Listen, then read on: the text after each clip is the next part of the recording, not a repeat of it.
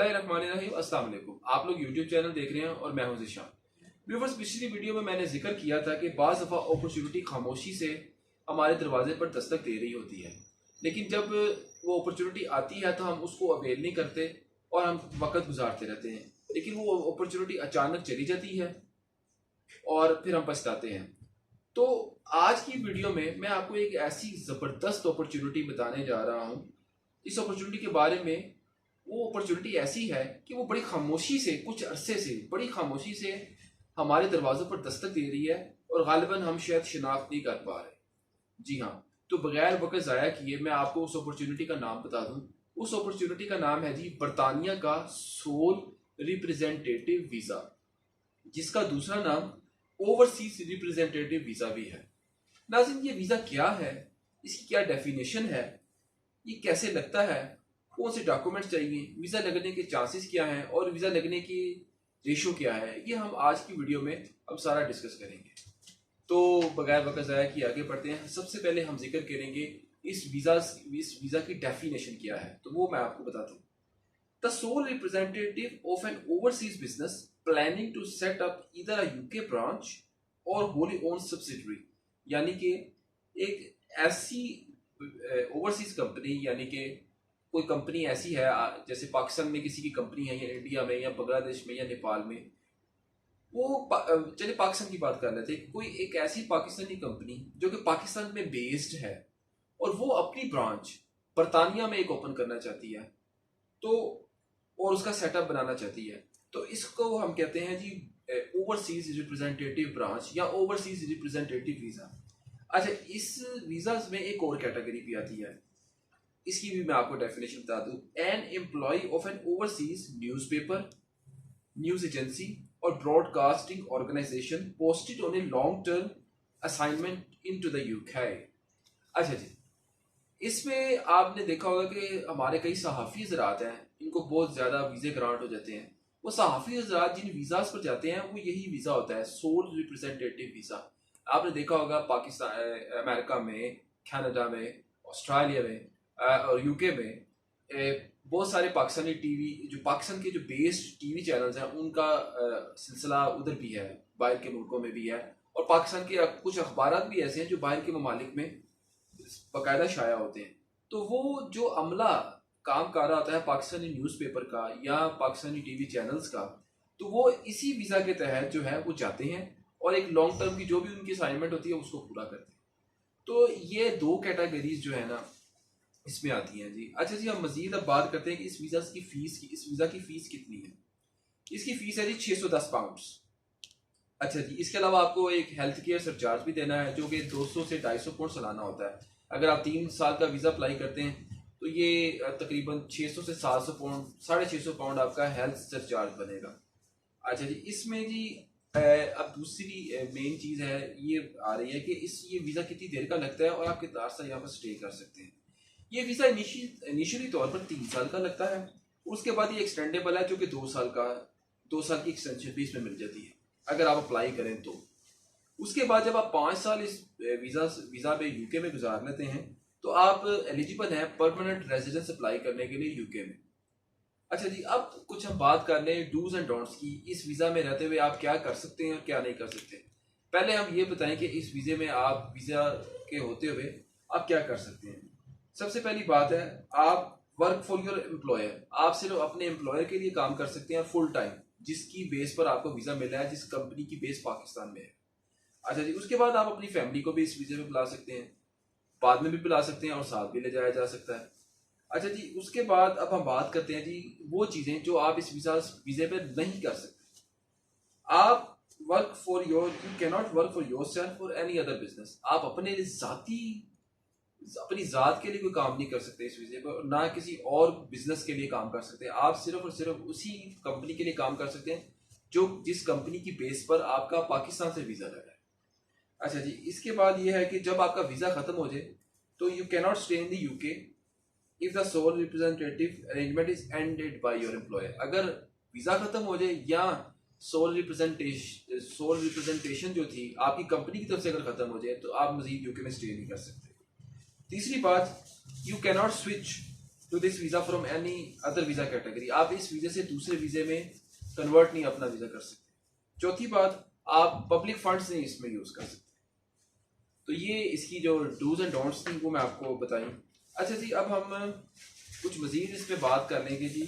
So apply as a sole representative, you must be recruited and employed outside the UK by an active and trading business whose headquarter and principal place of business and will remain outside the UK। यानी कि आप एक ऐसी company के मुलाजम होने चाहिए जो UK में बेस्ड ना हो, जो कि आउटसाइड द यूके बेस्ड हो, वो पाकिस्तान में बेस्ड हो या किसी भी कंट्री में बेस्ड हो, और उसकी जो मेन ट्रेडिंग एक्टिविटी है और जो मेन बिजनेस की जो प्रेमिसेस, जो कमर्शियल हब जो है, वो आउटसाइड द यूके होनी चाहिए। उसका यूके से कोई तल्लक नहीं होना चाहिए। अच्छा जी, उससे इसके अलावा दूसरी मजीद मैं आपको बताते था चलो। इसके अलावा you have the skills, experience and knowledge to do this role. जो भी आपकी कंपनी ने आपको जॉब असाइन की है उसमें आपके पास स्किल होना चाहिए, एक्सपीरियंस होना चाहिए और आपके पास नॉलेज भी होना चाहिए। ये आपने सारा डॉक्यूमेंटेशन में प्रूव करना है। उसके बाद आप you hold a senior position within the business but do not own or control the majority of it and have full authority to make decisions on its behalf। आपकी कंपनी में आपकी position जो है वो सीनियर होनी चाहिए। आप company के मालिक नहीं होने चाहिए, आप कंपनी के मुलाजम ही हो, मालिक ना हो। और तीसरी बात इसमें यह है कि अगर आपकी कंपनी में आपके शेयर हैं तो वो लेस देन 50% होने चाहिए, इससे ज्यादा नहीं होने चाहिए। और नेक्स्ट जो है, ये जो है पॉइंट आ रहा है वो ये है कि you intend to establish the overseas business first commercial presence in the UK इधर एज ए रजिस्टर्ड ब्रांच और अ होली ओन्ड सब्सिडरी। इसका मतलब ये हुआ कि आपकी जो नीयत है वो ये होनी चाहिए कि आप जाते ही अपनी पहली कमर्शियल प्रेजेंस यूके में ओपन करें। इससे पहले आपकी कोई प्रेजेंस नहीं होनी चाहिए। आप अपनी पहली प्रेजेंस जो बिजनेस कमर्शियल प्रेजेंस है वो यूके में जाके ओपन करें। तो ये इसकी कुछ 4-5 मजीद रिक्वायरमेंट थी, वो भी मैंने आपसे डिस्कस कर ली। अच्छा जी, अब बात करते हैं जी हम डॉक्यूमेंट्स पर। जी डॉक्यूमेंट्स आपको कौन से रिक्वायर्ड है? ऑब्वियसली सबसे पहले आपको पासपोर्ट चाहिए, उसके बाद आपको आपकी लास्ट 6 मंथ की बैंक स्टेटमेंट होनी चाहिए। अगर बैंक स्टेटमेंट नहीं है तो आपके पास लास्ट 6 मंथ की जो है पे स्लिप्स होनी चाहिए। ऑब्वियसली अगर आप किसी कंपनी में जॉब करते हैं तो आपकी सैलरी जो है वो आपको बैंक में ट्रांसफर होती होगी और आपको बकायदा पे स्लिप्स भी मिलती होगी, तो वो पे स्लिप्स आपको चाहिए। इसके अलावा आपने ये भी डिटेल्स देनी है कि आप यूके में जब आएंगे तो स्टे किधर करेंगे, ये भी आपको मेंशन करना है वीज़ा फॉर्म में। इसके अलावा आपको टीपी टेस्ट भी करवाना है। अच्छा जी, एक और मजीद इंपॉर्टेंट बात है वो मैं आपको बताता चलूँ, वो ये आप काइंडली गौर से सुनिए। When applying as a sole representative of an overseas business, you will need to provide a letter confirming the overseas business that will set up a wholly owned subsidiary branch in the UK in the same business activity as it runs overseas। जब आप ये visa apply करें तो आपकी company की तरफ से आपने एक लेटर प्रोवाइड करना है जिसमें यह लिखा हो कि आपने जो ब्रांच यूके में ओपन करना चाह रहे हैं अपनी पेरेंट कंपनी की, उसकी जो एक्टिविटीज़ जो होगी, यूके की ब्रांच की जो एक्टिविटीज़ होंगी, वो that shall be remain the same as the parent company. जो कि आपकी पाकिस्तान में जो मेन कंपनी की जो रिक्वायरमेंट है, आई मीन जो एक्टिविटी है, वही एक्टिविटी यूके वाली ब्रांच में भी होनी चाहिए। इसके अलावा आपकी जो जॉब डिस्क्रिप्शन है एम्प्लॉय की, उसका भी लेटर चाहिए। इसके अलावा एम्प्लॉयमेंट कॉन्ट्रैक्ट भी चाहिए और सैलरी की डिटेल्स भी चाहिए जो कि आपने अपनी कंपनी के लेटर हेड पर प्रोवाइड करनी है। इसके अलावा एक लेटर और चाहिए जिसमें लिखा है a letter confirming you are familiar with the business and have the power to take operational decisions. यानी कि आप अपने बिजनेस में फेमिलियर हैं और आपके पास पावर है कि आप जो है ऑपरेशनल डिसीजंस ले सकें। इसमें एक और बड़ी इंपॉर्टेंट बात है that you are directly employed by the business and are not taking as a sales agent। यानी कि आप अपनी पेरेंट कंपनी के डायरेक्ट एम्प्लॉय होने चाहिए, थर्ड एम्प्लॉय नहीं होने चाहिए, जैसे सेल्स एजेंट हो गया या वगैरह वगैरह दूसरे हो गए। अच्छा जी, और आपकी जो रिक्रूटमेंट है आउटसाइड द यूके होनी चाहिए ऑलरेडी पहले से ही, बाद में नहीं ये कि ब्रांच आपने खोली फिर जाके आपकी रिक्रूटमेंट हुई हो, ऐसा नहीं है। और आपकी सीनियर पोजीशन होनी चाहिए। और इसके अलावा मैं मजीद ऐड करता जो न्यूज़पेपर एजेंसीज के जो हैं, जो हमारे सहाफ़ी जो होते हैं, वो जो जाते हैं, उनके लिए ये है, उनके लिए भी यही है कि आप full description of the parent companies activities, वो भी अपनी कंपनी की जो पेरेंट कंपनी है उसकी फुल एक्टिविटीज़ दें, बताएं लेटर्स में, और including details of assets and accounts, कि आपकी जो कंपनी जो है उसके एसेट्स क्या हैं और अकाउंट्स की डिटेल्स चाहिए। और ये भी लिखा हो confirmation that you will be representing them in the UK on a long term full time role, यानी कि ये भी लेटर में लिखा हो, एक अलग से लेटर सहाफ़ियों को ये प्रोवाइड करना होगा कि जी आपने यूके में कोई लॉन्ग टर्म असाइनमेंट करनी है। तो ये हो गया सहाफ़ियों के हवाले से, जर्नलिस्ट के हवाले से बातचीत। अच्छा जी, अब बात करते हैं जी इस वीज़े की एक्सटेंशन की। तो एक्सटेंशन की जो एलिजिबिलिटी है वो ये है, representative of an overseas business, कि आपने पिछले 3 साल एक ओवरसीज रिप्रेजेंटेशन की हो किसी बिजनेस की। पहली तो रिक्वायरमेंट ये हो गई। दूसरा, an employ of an overseas newspaper news agency, या अगर आप किसी न्यूज़पेपर के मुलाजम हैं या न्यूज़ एजेंसी के हैं या ब्रॉडकास्टिंग ऑर्गेनाइजेशन के मुलाजम हैं, तो वो भी आपको ऑब्वियसली वो वीज़ा, आपको अपने वीज़े की जो पहला आपका वीज़ा लगा उसकी फ़ोटो कापी देनी होगी, और साथ अपनी कंपनी के न्यूज़पेपर के या ब्रॉड कोई टीवी चैनल किससे अगर आपका तल्लक है तो आपको उनके लेटर डॉक्यूमेंट्स वगैरह लेटर हेड दोबारा प्रोवाइड करने हैं। अच्छा जी, इसके बाद जो तीसरी रिक्वायरमेंट आ रही है एक्सटेंशन की मैं बात कर रहा हूँ, वो ये है कि you are still working for the same employer, कि आपने ये बताना है कि आप अभी तक सेम एम्प्लॉयर के पास काम कर रहे हैं और आपको पिछला जो वीज़ा है वो इसी एम्प्लॉयर से इसी एम्प्लॉयर की कंपनी के जरिए से इशू हुआ था। चौथी रिक्वायरमेंट आ रही है जी, you have established and supervising a UK branch, कि आपने एक ब्रांच एस्टैब्लिश कर ली है या आप कर रहे हैं और उसको सुपरवाइज कर रहे हैं। ये आपने रिटन फॉर्मेट में देना है। अगर आपने प्रेमिसेस ओपन कर ली है तो जाहिर है ऑब्वियसली उसकी डॉक्यूमेंटेशन अलग से होगी, वो भी आपने साथ सपोर्टिंग डॉक्यूमेंट्स में ऐड करनी है। अच्छा जी, इसके बाद जी नेक्स्ट जो है हमारा इसका इस वीज़े का जो आ रहा है वो ये है जी कि फैमिली मेम्बर्स, कि आपकी फैमिली जो है इसमें कैसे जा सकती है। Family members dependents can come with you when you come to the UK on this visa, यानी कि फैमिली मेम्बर्स जो हैं वो भी आपके साथ भी जा सकते हैं या आप उनको बाद में भी बुला सकते हैं। अच्छा जी, फैमिली मेम्बर में कौन आता है जी? योर हस्बैंड, शोहर, वाइफ, या कोई आपका सिविल पार्टनर या लीगल पार्टनर, वो भी आपका आ सकता है। और जो बच्चे अंडर 18 हैं वो भी इसमें कवर होते हैं, वो भी साथ जा सकते हैं। अच्छा जी, तो ये तो जी हो गई हमारी ये कुछ इसके इस सोल रिप्रेजेंटेटिव का ओवरव्यू। इस वीज़े की मैंने आपको डेफिनेशन भी बता दी है, इसके जो है डॉक्यूमेंट्स कौन कौन से चाहिए मैंने सारा बता दिया। तो ये था जी हमारा यूके का सोल रिप्रेजेंटेटिव वीज़ा।